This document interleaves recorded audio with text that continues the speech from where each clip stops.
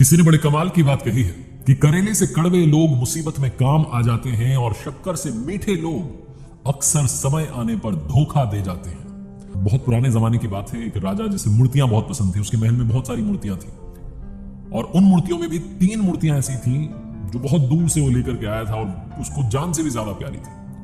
जो भी सेवक उसकी रक्षा में, उसकी साफ सफाई में लगते थे, उन्हें बताया जाता था कि ये बहुत कीमती हैं, बेशकीमती हैं, राजा साहब को बहुत प्रिय हैं, आपको बहुत ख्याल रखना है। एक नया नया सेवक वहां भर्ती हुआ, उसे इसका जिम्मा मिला कि उसे साफ सफाई करनी थी। कुछ दिन तो उसने ढंग से सफाई की, लेकिन एक दिन उससे चूक हो गई और एक मिट्टी की जो मूर्ति थी वो नीचे गिर गई और नीचे गिरती टूट गई। जैसे ही वो टूटने की खबर फैली, राजा साहब को मालूम चला, उस सेवक को बुलाया गया और भरे दरबार में उसे मृत्यु दंड दे दिया गया। वो सेवक जो था, जैसे उसने सुना कि उसे मौत के घाट उतारा जा रहा है, वो दौड़ के भागा। बाकी लोगों को लगा कि शायद जान बचा के भाग रहा है, सैनिक उसके पीछे भागे, लेकिन वो दौड़ के गया और बाकी जो 2 मूर्तियां और रखी हुई थी, 3 में से एक तो गिर गई थी, 2 और बची थी, उन दोनों को भी नीचे गिरा करके तोड़ दिया और वापस आकर के अपनी जगह पर खड़ा हो गया। राजा सब देख रहा था, उसने कहा अजीब पागल है, पूछा उससे क्या कर रहे हो ये हरकत, तुम्हें मृत्यु दंड दिया जा चुका है, तुम जाकर के 2 और मूर्तियां गिरा रहे हो, ये क्या किया? तो सेवक ने सर झुका करके कहा कि क्षमा कीजिएगा महाराज, एक मिट्टी की मूर्ति मैंने तोड़ी तो मुझे मृत्यु दंड मिला, बाकी की जो बची हुई 2 थी वो भी आज नहीं तो कल नहीं तो परसों, साल 2 साल बाद तो टूटनी ही थी, अमरता का वरदान लेकर के नहीं आई थी। और मुझे आप मृत्यु के घाट उतार देते, उसके बाद किसी और से टूटती तो उन्हें भी आप उतार देते, मैंने तो आज 2 लोगों की और जान बचाई है, अब आप मुझे मौत के घाट उतार दीजिए। ऐसा बोलकर के सर झुका के खड़ा हो गया। राजा की आंखें खुल गई, उसने सोचा एक सेवक जो है वो इतनी बड़ी बात सोच सकता है, मेरे समझ में नहीं आई।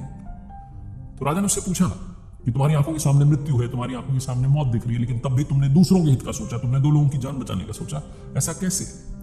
तो सेवक ने एक छोटा सा किस्सा सुना। उसने कहा कि यहाँ महल में काम करने आने से पहले मैं एक अमीर सेठ के यहाँ पर नौकरी करता था, नौकर था। सेठ जी मेरे काम से खुश थे, लेकिन सेठ जी की आदत थी जब भी उनके जीवन में कुछ बुरा होता था तो ऊपर वाले को कोसते थे कि भगवान आपने गलत कर दिया, ये गलत कर दिया। एक दिन भोजन करने के लिए बैठे, जो ककड़ी वो खाने वाले थे, जो जैसे उन्होंने पहला ककड़ी का टुकड़ा खाया वो कड़वी निकली, तो ऊपर वाले को कोसने लगे और क्रोधित होकर के वो जो ककड़ी थी मेरी तरफ सरका दी कि तुम खा लो। मुझे मालूम था कि ककड़ी जो है कड़वी है, जैसे मैंने खाई बहुत कड़वाहट थी उसमें, लेकिन मैंने बड़े चाव से खाई, स्वादिष्ट मुझे लग रही थी, वैसा मैंने सोच करके खाया। और सेठ जी सब देख करके हैरान थे कि अजीब आदमी, इतनी जो कड़वी ककड़ी है उसको बड़े चाव से खा रहा है। तुमने मुझसे पूछा कि बहुत कड़वी है, तुम बड़े प्यार से खा रहे हो, कैसे?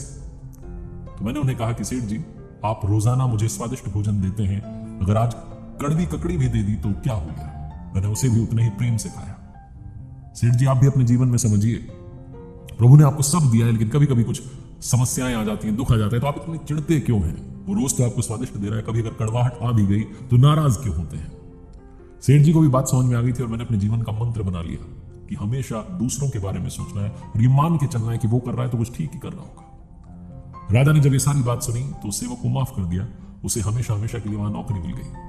छोटी सी कहानी, लेकिन सिखाती यह है कि हमेशा दूसरों के बारे में अच्छा सोचना शुरू कीजिए। और दूसरी बड़ी बात ये मान के चलिए कि जो भी वो कर रहा है आपका उसमें अहित नहीं हो सकता। बस इसी सोच के साथ अगर आगे बढ़ेंगे तो जीवन में जितनी चुनौतियां आ रही हैं, जितने दुख आ रहे हैं, जितनी समस्याएं आ रही हैं, उन्हें उनका सामना करने का साहस आप अपने अंदर पैदा कर पाएंगे।